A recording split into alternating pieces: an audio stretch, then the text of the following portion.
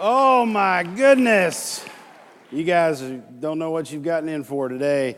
I didn't realize, several years ago I spoke at an event in Seattle, Washington. The room was packed. It was a room about like this. It was packed, theater seating all the way back. And I flew home and spoke at another event 2 days later. There were 400 people packed in this room in Seattle. And I flew home to do an event, and there were 23 people in the room. And so I didn't know then, but I know now, in order to get a full room in Louisville, I got to knock off a speaker. So that's what I've done today. So we're going to have some fun talking about a topic that I wasn't expecting to talk about. I am going to talk to you again toward the end of the day to just do some wrap-up stuff and make sure that we have some parting words and some action items to go home with on Monday to put to work for our businesses and our brands. But I do have something that I am very passionate about that I want to talk to you about today, and so we're going to dive into that here. It's called Hacking the Conversation, and I've been doing this for about 6 years now, and I've had this sort of hankering notion that there's more of a thirst for this, and there will be more of a thirst for this as the years go on and as organizations and brands get more and more into the digital space and trying to leverage social media and other avenues in digital marketing for different things. Because it's not just about tweeting and posting on Facebook and Instagram. There's lots of data, which you've heard some great talks this morning already about how you can use big data and you can leverage insights from the interactions that you have on social networks and whatnot, tie that data into your customer relationship management, your CRM systems, and actually be able to get a better view of your customer, as David and some of the others were talking about earlier. But what I'm really passionate about, I've always been very passionate about social media. As most of you know, this organization started as the Social Media Club of Louisville because I was sitting there with Todd Earwood in a conference room one day and said, hey, there's got to be other people in town who are interested in this stuff. Let's get them all together in a room and see what we can do. And so we did, and 40 people showed up for that first meeting, and we said, well, let's start a club. And we did. There was a social media club at the time that was sort of a national organization that my friend Chris Ewer started. And so we sort of became a chapter, and that's how this room, this entity came to be. And so I've always been very passionate about social media, but one of the things that I've become more and more passionate about over the years as I've gotten more familiar with the tools and more familiar with the information that you can get out of it is understanding how to mine consumer data through social media so that you can make better decisions as a marketer, as a business, and as a brand. So to start this off, I want you to do me a favor. I want you to think about a marketing decision that you have made in the last, 6 months. It doesn't have to be a major marketing decision, but something that you had to say, okay, I'm going to choose this particular channel, or I'm going to, zero in on this particular segment of my audience. So just think of anything, any marketing decision you've made in the last few weeks, the last few months. Keep that in mind for a second. Now what I want you to think about is what piece of data, what consumer insight led you to make that decision. Now there's a good chance when I ask the first question, you're like, okay, a marketing decision. Okay, I've got a marketing decision in mind. There's a really good chance too, though, that for the second question you were like, oh, a piece of data that actually helped me make that decision? Why is that? Because we as marketers have too much going on. We're juggling too many balls. We have to move fast, whether we're working internally, sort of isolated as a team, whether we're working across an enterprise, whether we're working with agency partners and vendors. We're constantly moving, and we have to make quick decisions. And so we don't always stop and say, okay, I need data to back up this assertion so that I can make a sound decision that is defensible to my bosses, that is defensible to our clients, to the outside world. Why? So what does that make us? That means that in order to make marketing decisions, we assume. And you know what assuming means, right? So how then can we incorporate a better approach into making decisions so that we are not the ass out of you and me, right? If you're not making marketing decisions, even small ones, on some piece of data, some insight that you've pulled from talking to or knowing about your target audience, then what you are is a guesswork marketer. A guesswork marketer. And you know what happens to guesswork marketers? I bet you can guess if you thought about it. Guesswork marketers get fired because guesswork marketers are not making decisions based on data. So you need data and you need insights to make strong marketing decisions. But this presents a problem. Research, data, insights, and proper analysis of all of those is often resource prohibitive.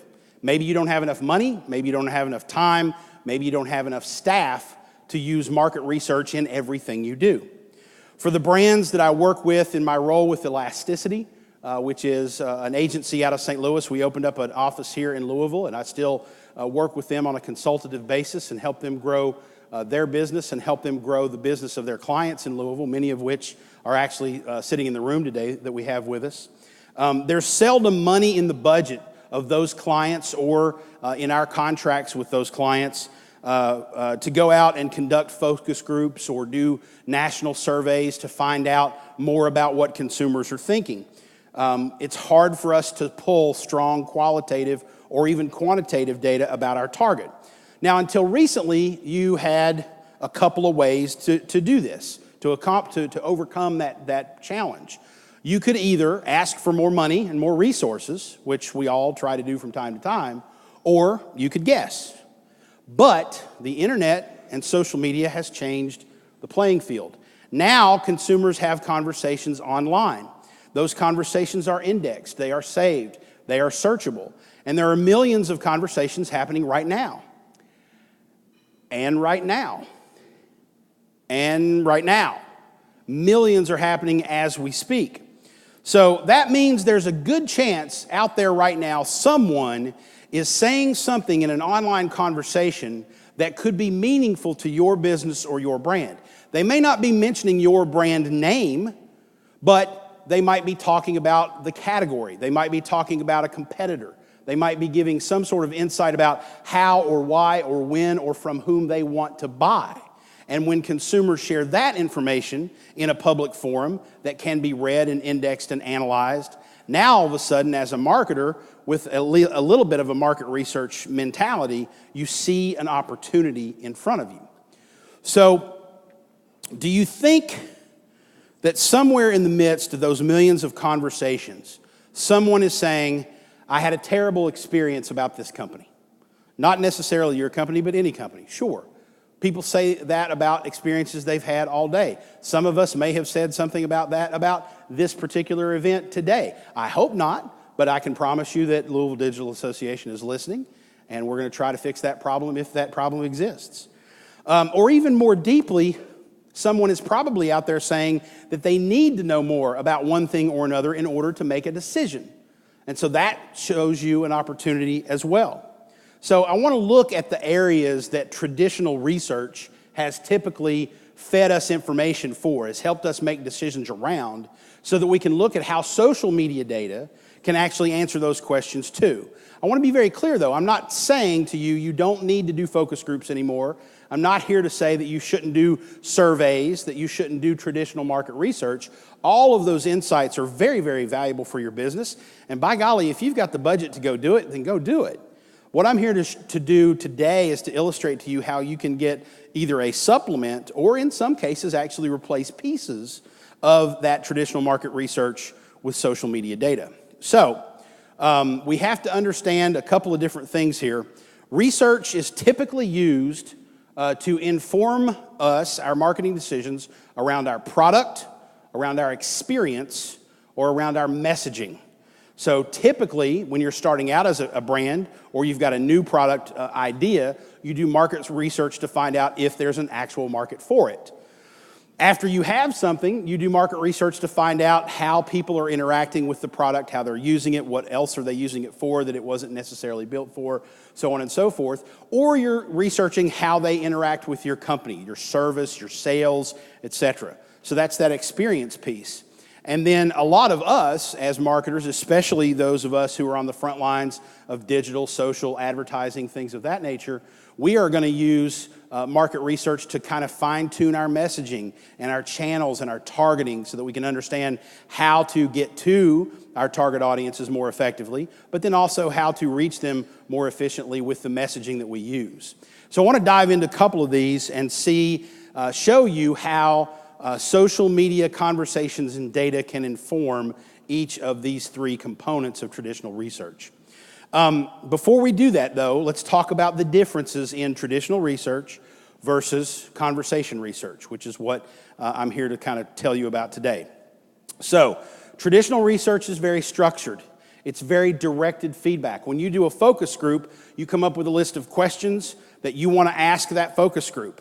You normally have to incent those people, maybe pay them, maybe give them some sort of reward for sitting there and answering your questions. So you're automatically from the get-go biasing the data. You're only talking to people who are willing to be paid to answer your questions, right? You're directing the feedback. You're asking them specific questions that you want to hear the answers to. Now, if you take into account all of the other biases that you have to pay them, so on and so forth, you may or may not be getting a really good look at your ideal consumer. You may only be getting a look from the type of person who would be willing to participate in a focus group. I'm not necessarily telling you that focus group information is bad. I'm just saying there's a bias to it. That subject bias can oftentimes sway you, because if you are asking people questions about automobiles and they happen to know who you're with or who you're from, or they can sort of sense, okay, they're looking for me to tell them a little bit more about what kind of trucks I like, then they're going to change their answer, as opposed to if, like on conversational research online, they're just talking to their friends about their truck, right? They don't know they're being watched. They don't know their conversations are being analyzed. They're putting them in a public place. So there's nothing wrong with us going in and indexing and analyzing it. Hopefully they know they're putting it in a public place. They may or may not, but they are. So let's take advantage of that, right? It's probably the less creepy thing that we could do as marketers on the internet, is use public conversations to find out what people are thinking. Traditional can also be very costly, whereas conversational research can be very cost efficient. Now, as you subscribe to tools and platforms, you saw that slide, monitoring versus listening. Back in the mid-2000s, the social media monitoring firms came out and started selling the fact that you could find people who were mentioning your brand online so that you could then route them to customer service. And then about 2010, they started calling themselves listening platforms, meaning that you could do a little bit more than just route to customer service. You could listen for certain topics and themes, which is sort of getting to conversation research, but not really using it for research purposes. It's much more of a read and react kind of thing in more real time. Conversation research, though, looks at this data and these tools and says, I can go deeper. I can actually find conversations about the lifestyle of my consumer. I can find out when people mention that they have a health issue. I can look at the conversations around those particular consumers and see if I can draw out trends and assertions from those types of conversations to help me understand how to communicate with them better as a healthcare provider, as an example. So another big benefit to conversational research is it is either in real time or near real time. Have you ever worked with traditional research where you pay a research company to go out and survey a bunch of customers or conduct focus groups, and then there's weeks that go by as they analyze the data and come up with their pretty reports and all recommendations, and by the time you actually see the information, 2 months have gone by? Conversation research, you can hit a button in a software program in the morning if you set it up right, and you can see the information you need every single day. And you can see when consumer trends are changing as they are changing, if you know what you're looking for. Now, the tools are not necessarily going to give you the information. You have to know how to use the tools. And the biggest problem right now in the social technology space, and there's probably some people in the room who will disagree with me on this, but the biggest problem in the social technology space right now is you've got technology software companies selling expensive software packages to businesses and brands and then letting them figure it out. And that's not good enough. We need a better level of service and a better level of analysis provided either by the software company or by a middleman like me who comes in and says, I understand how to use the tools. I understand how you can use them to help your business. And so that's something that you have to understand too about the differences between these two types of research. But let's dive in and look at research being used for product information. Kettle brand chips. I don't know how many people in here have ever tried Kettle brand chips, but they're quite a tasty treat from time to time. Or I guess they would be a snack, not a treat. Although maple bacon, you're borderline there. You're getting over into the treat area, I think, on that one. So anyway, when they were launching or getting ready to launch maple bacon, they did a sort of a baseline to understand what people were saying online about their brand. They weren't really worried about what people were saying about chips in general, but they wanted to understand what consumers say about us.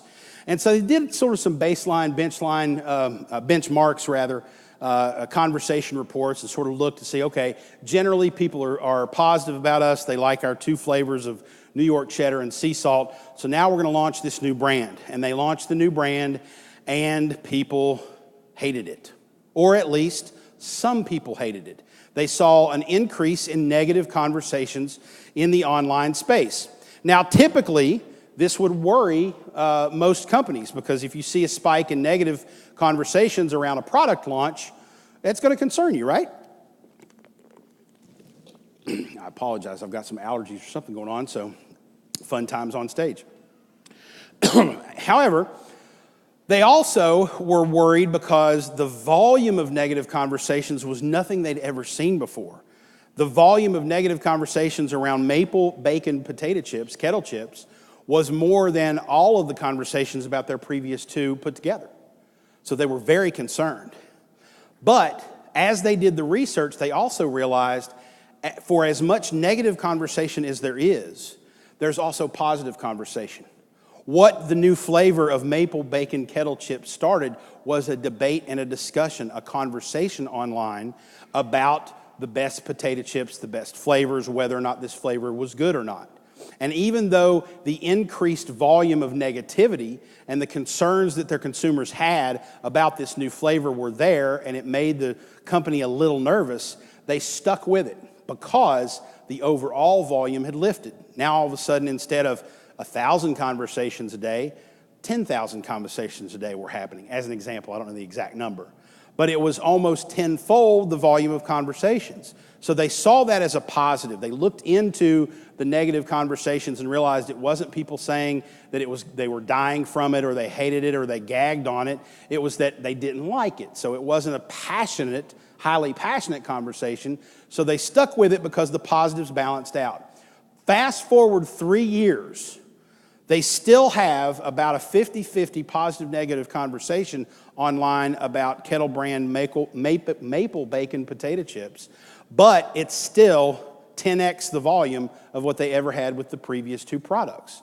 So they realize that negativity is okay if it elevates the awareness of your brand, and it's helped them sell more of the other 2 brands because the conversation is happening in the first place.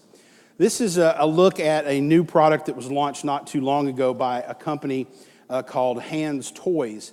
They used an innovation company to do research in the conversation space called Lassen Innovation. They knew that 80% of new products fail when they rely on the old methodology of research. So when they did focus groups and when they did surveys, 80% of new products in their category, the children's toy category, failed when you used the old research methods. How did they know that? Because 80% of all new products in the toy category fail. It was just that's how you do traditional research, and that's how it happened. So they knew 80% of them fail, and understanding children in the world of technology would take a different approach, and social media offered that opportunity.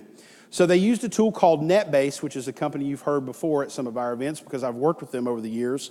And they used it to analyze online conversations around children's toys, looking for gaps in the product. So they're looking at parents having conversations, not kids.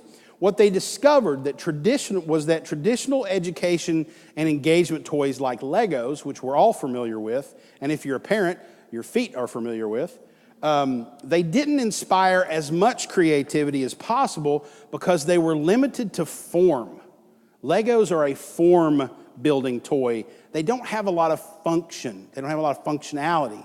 And so there was little room for the child to experiment with functionality. So Lassen made up a new set of recommendations of products to Hans or hands, hoping it would help vault them into the middle of a multi-billion-dollar toy industry. Those recommendations, which were based largely on insights from online conversations, led to a 63% reduction in design costs for the new line of toys.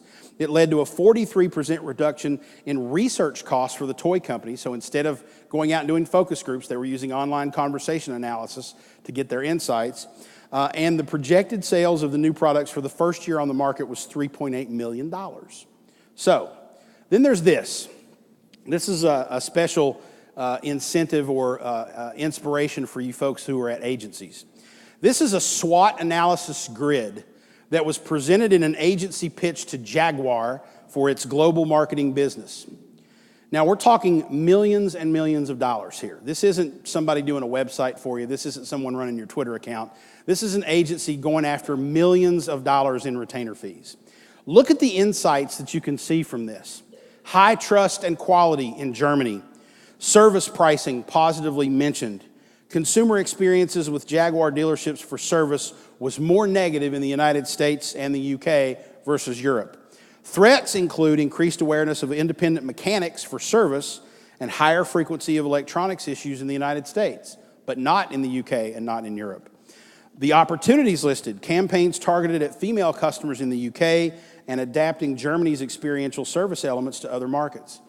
This was presented to Jaguar by a digital marketing agency in a pitch. This was not after months of being paid to do research. This was an agency who went out and said, what are people saying about Jaguar service centers versus independent service centers that are working on Jaguars, and what are the differences? So they walked into a pitch with this.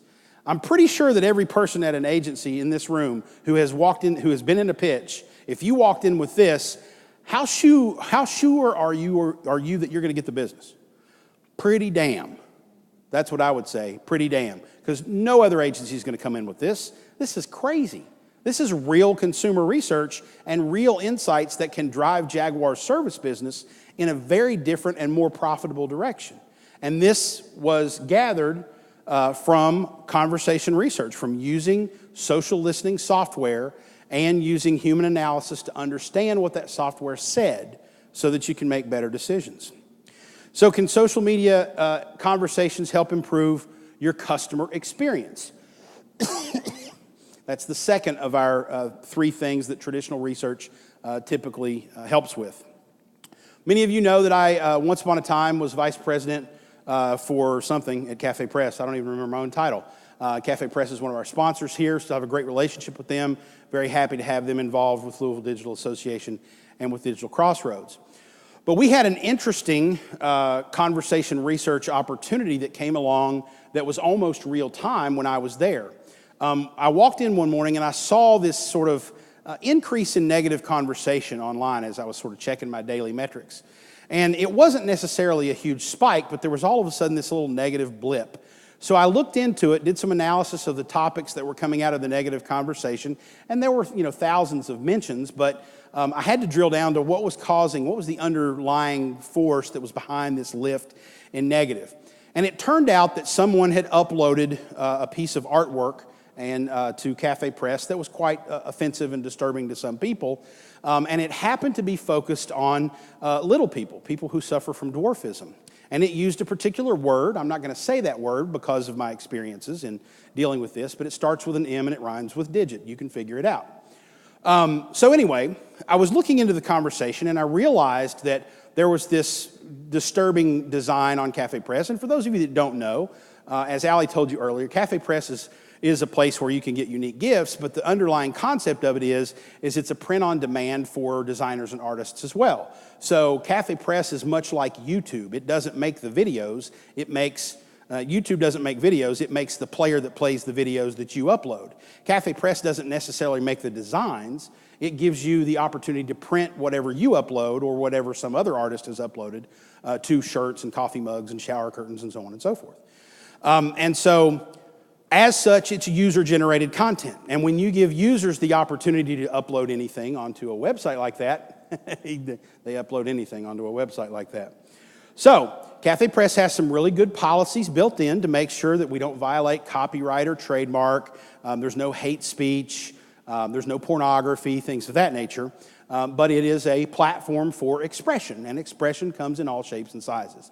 Well, this particular design was someone's expression that was particularly offensive, and it was in bad taste by most people's measures. But somebody out there, whether it was in bad taste or not, probably thought it was funny. So there was a group of people online who happened to be either little people who have dwarfism, or their friends and family, who were talking about this particular design and talking about Cafe Press in a negative light. So I jumped in and said, hey, this is Jason, Vice President at Cafe Press. I'd like to help you with this situation. Please help me understand. So we had a conversation. Some of it was public online. Some of it was private. I did a couple of phone calls as well. And within a few hours, we were able to pinpoint that word, which they call the M word, and align a lot with the N word, whether you agree with that or not, that's what they do. And they said that word is offensive to us. We consider it hate speech. And as soon as they said that, I said, okay, there's an opportunity for us to change the experience at Cafe Press. I got the legal counsel on the phone and said, I found some documentation online that backs up this assertion. This is what they're telling me. And these were people who were with, there's 2 different organizations in the United States, membership organizations for people with dwarfism, and it was from like official channels. It wasn't just consumers.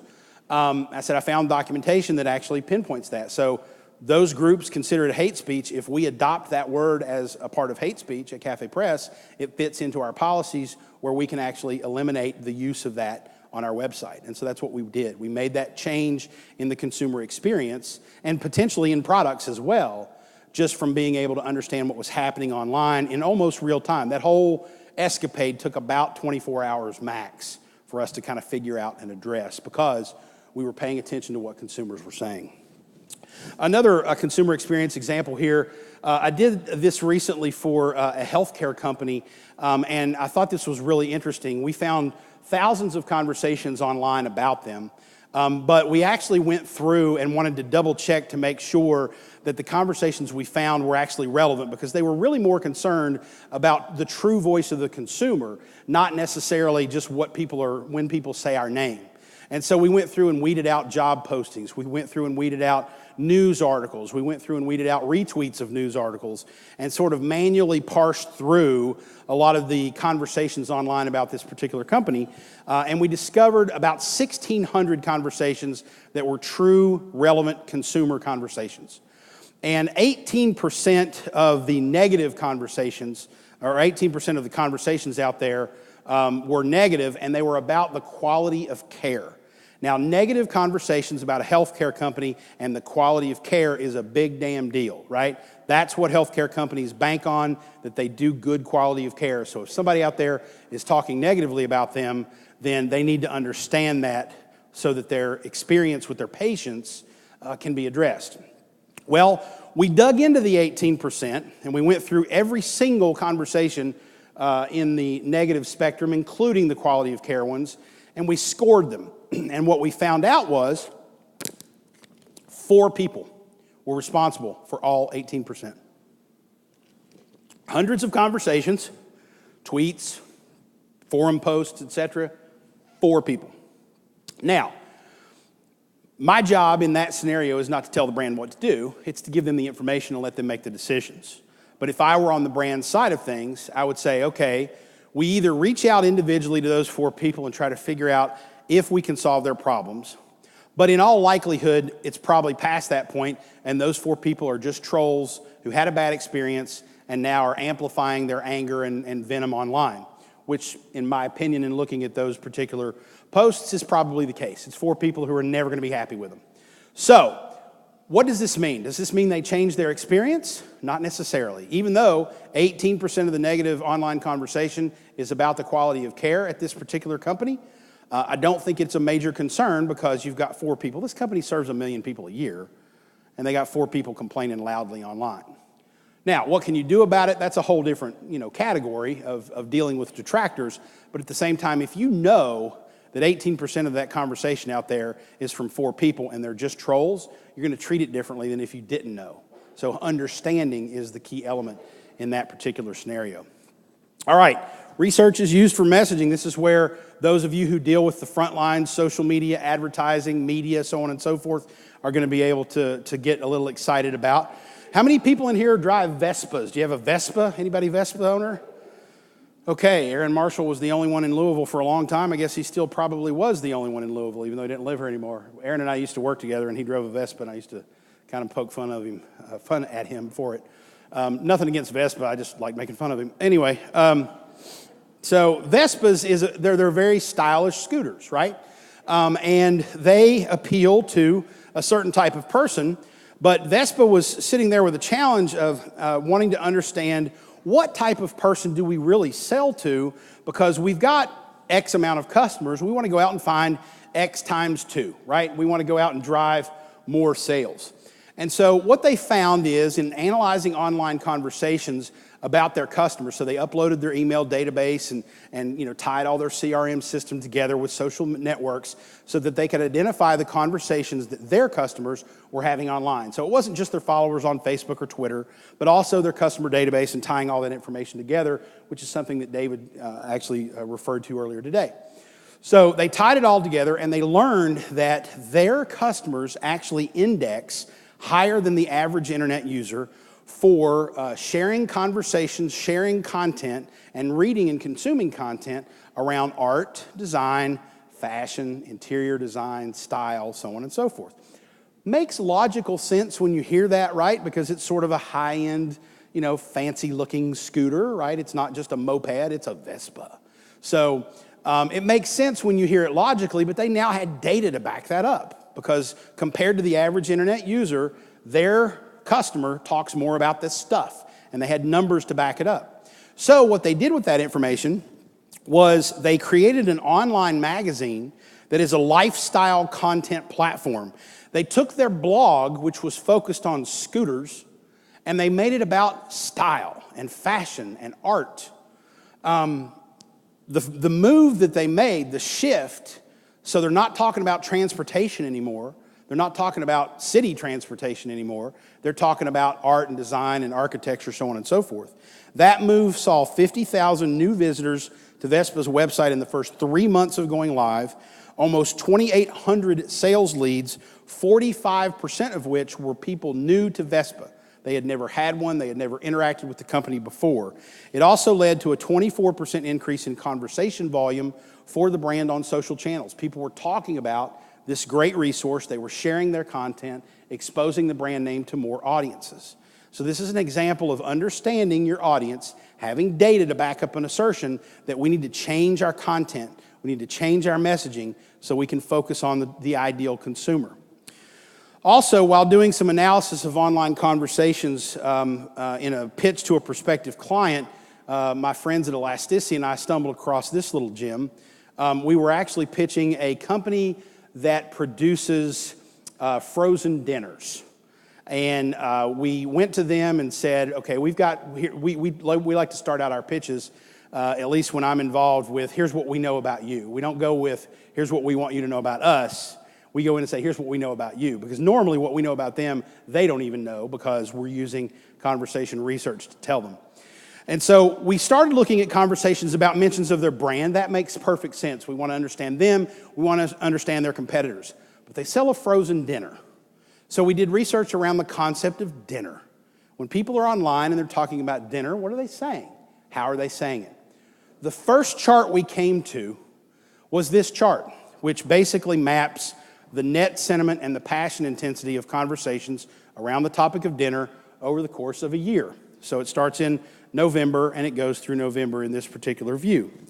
Now, the purple line up top is the net sentiment. So the net sentiment is basically the number of positive conversations minus the number of negative conversations, and it's plotted on a scale from 100 to negative 100.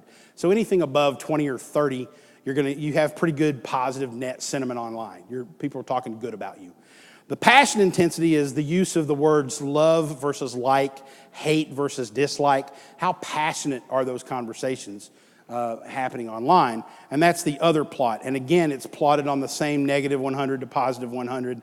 And anything around a 30 or so is average, and anything above is above, so on and so forth. So here's our net sentiment going along in the 80s, man. People love talking about dinner online. They're talking about going to dinner. They're talking about cooking dinner. They're talking about how good of a dinner they had, right? So it's a positive conversation. And then we hit August. What happens in August that makes conversations around dinner go to hell? Back to school. Moms hate dinner in August. They hate, or dads hate dinner. I'm a single dad. I can do that too. Although, you probably know me better. Anyway, the conversation about dinner in August plummets because the kids are going back to school. You're having to change your schedule. You're having to adjust to after-school activities. You're having to fit in grocery store runs and whatnot that are different than what you were doing in the summertime. So we go to this client and say, if you take anything out of this pitch, in the month of August, change your content to be all about quick, easy meals for the family, and you're going to win because your competitors are not going to be doing this. And so again, having data to back up those assertions and those insights makes them a heck of a lot better and a heck of a lot stronger. Another interesting one, Tylenol, people. They noticed when they looked at online conversations around their brand, when people are saying Tylenol, they noticed that there was a high tendency frequency of mentions on forums and message boards. So they started to look into these forums and message boards and find out where are people talking about Tylenol on forums and message boards. And they discovered that people talk about Tylenol on forums and message boards when the topic is knitting. Why? Because knitting is a very intensive hand-eye coordination activity, and it can cause headaches. Knitters get headaches if they knit too long. So Tylenol was being mentioned on these websites, pardon me. The only insight that Tylenol took out of that was, let's buy some ads there. People are talking about us. Let's throw a little, gasoline on that fire and see what happens. They saw significant increases, get this, in the number of people clicking through and linking to the Tylenol website. Why in hell would anybody ever want to go to the Tylenol website? I'm sorry, I have a headache. You can't buy it online. You're not solving your problem by going to I don't get why that happened. But it's a positive metric for them, and they were able to get their brand exposed to an audience that was already talking about them, but then they were able to say, hey, we're going to support your community and support financially these websites that you go to. Again, a great example of having insights to back up your decisions. This is probably the most fascinating and fun one I like to share with you. There's actually a gentleman in town with Physiology, which specializes in media and movies as a listening platform. Jeff Calabrese is his name, and he shared this with me when I told him I was doing a talk like this once upon a time. So in the summer of 2015, two comedies that should have performed similarly, Bad Grandpa and Sex Tape, as you see here, were released in the same week. So Physiology looked at the overall buzz about these two movies at several intervals leading up to their launch. So 2 weeks out, so on and so forth. And they looked at them in New York and LA, which are movie, media markets, right? That's where the movie companies and actors and actresses are. The Deep South, African-American markets, and Hispanic markets. And they did a little score for positive, negative conversation. Is the buzz about this movie good or bad? Do we think it's going to be successful? So here's what happened. Bad Grandpa, which the industry folks in New York and LA thought would only be a modest success, indexed higher than the genre average in the other geographic segments of the country. So Bad Grandpa performed well in the South. It performed well in African-American Hispanic markets. Didn't perform real well in the movie markets. Now, that indicates that there was more broad mainstream awareness about Bad Grandpa than Sex Tapes. More diverse audiences were excited about Bad Grandpa. But the movie markets indexed much higher about Sex Tape. They thought that movie was going to be the big blockbuster. Which one do you think won? Bad Grandpa took in $34 million in its first weekend. Sex Tape took in 14. That's a $20 million difference. And Physiology was able to predict that was going to happen because they were looking at the mainstream consumer buzz conversation versus the movie market buzz conversation. You bet your bottom dollar movie companies are interested in that information because it helps them understand, where do we have to throw more money at advertising? Where do we have to take that movie out of some theaters because it's going to flop, right? It helps them make a better business out of what they're doing. Pardon me. All right, so some questions remain here. How can I do this, and how can I do this on a budget? And those are good questions, and one answer informs the other. First off, you have to have a big enough brand and a big enough budget.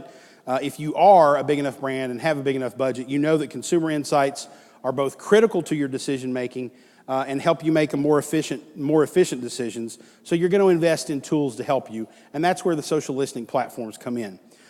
There are several social listening platforms out there.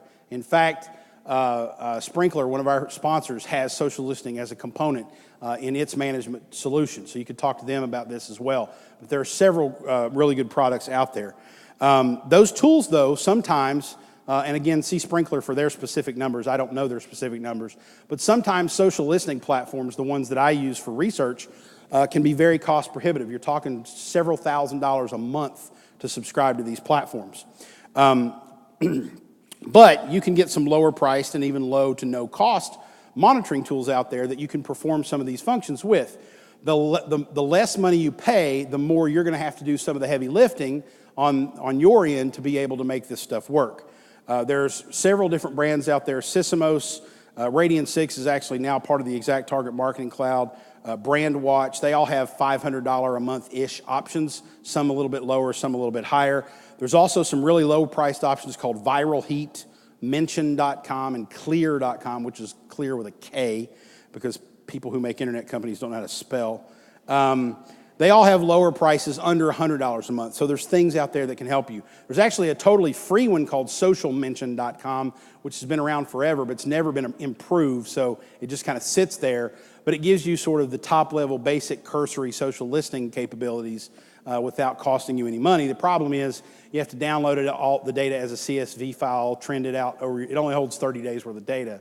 So there's a lot of manual lifting that goes into that. Once you have a tool in place, you just need the time and the curiosity. I like to go looking at data without a specific question in mind and let the data guide me, but I wanted to share with you some other approaches to this. The roadmap that we like to use at the Conversation Research Institute is to formulate the list of questions we're going to ask. We work with the client to understand, what do you want to know from your audience online? What is it you want to be more informed about? Once we formulate those questions, we have to collect the data. And that's one of the harder parts. You have to go in and say, hey, tool, go find all the conversations that mention this thing, and then get rid of all the stuff that's irrelevant. So that takes a little bit of process, a little bit of time, a lot of back and forth, making sure you've got the right set of data. That's part of the disambiguation, which is a big, long word, and probably the longest word some dumb guy from Pikeville knows. But at the same time, disambiguation is just that, taking away the ambiguity about the terms. So if you're looking for instance, one of our sponsors here is Kindred Healthcare. You're going to get rid of all the mentions of Kindred Spirit and other things called Kindred. I think there's even a band out there called The Lord and His Kindred Spirits or something, right? So you're going to get rid of all that stuff that doesn't mean anything to you. And then I would say you have to go a step further. Once you get all the mentions of your particular brand, your particular company in front of you, and then you have to go through and weed out the stuff you don't care about. Because if it's a job posting, you don't care about that. You're looking for consumer insights, not something that your HR folks posted on a bunch of different websites. You have to get rid of news releases and other things that are more company-driven or Wall Street-driven if you're a publicly traded company, so on and so forth. You want to get down to the true consumer conversations. Then you explore the data. You get in there once you have a clean data set and say, what does this tell me? Where are the spikes in the charts? Where are the gaps? Where are the things that stand out? That's going to lead you down some paths that will answer and formulate other questions that you ask or want to ask. And that is when you really get to true insights and understanding it. Real quickly, when you have that data in front of you, when you get to that point and you're starting to ask questions and explore, I like to ask these questions, and this comes from a gentleman by the name of John Muir Laws, who blogs at johnmuirlaws.com. He's a naturalist. He's written several books on, field guides to birds and whatnot. But he was at a school one time, and he found these posters around the school that were all about curiosity and questions you would ask about things. And so I really liked this framework, so I sort of copied it down and sort of adopted it for our purposes. When you're looking at your data, you have to first ask about the form. What does it look like? Okay? What does the data look like? How much of it is there? Where is it coming from? What is its function? How does it work? How does the data work? And that can be working in terms of how does the mentions of your brand compare to mentions of your category, your competitors, so on and so forth.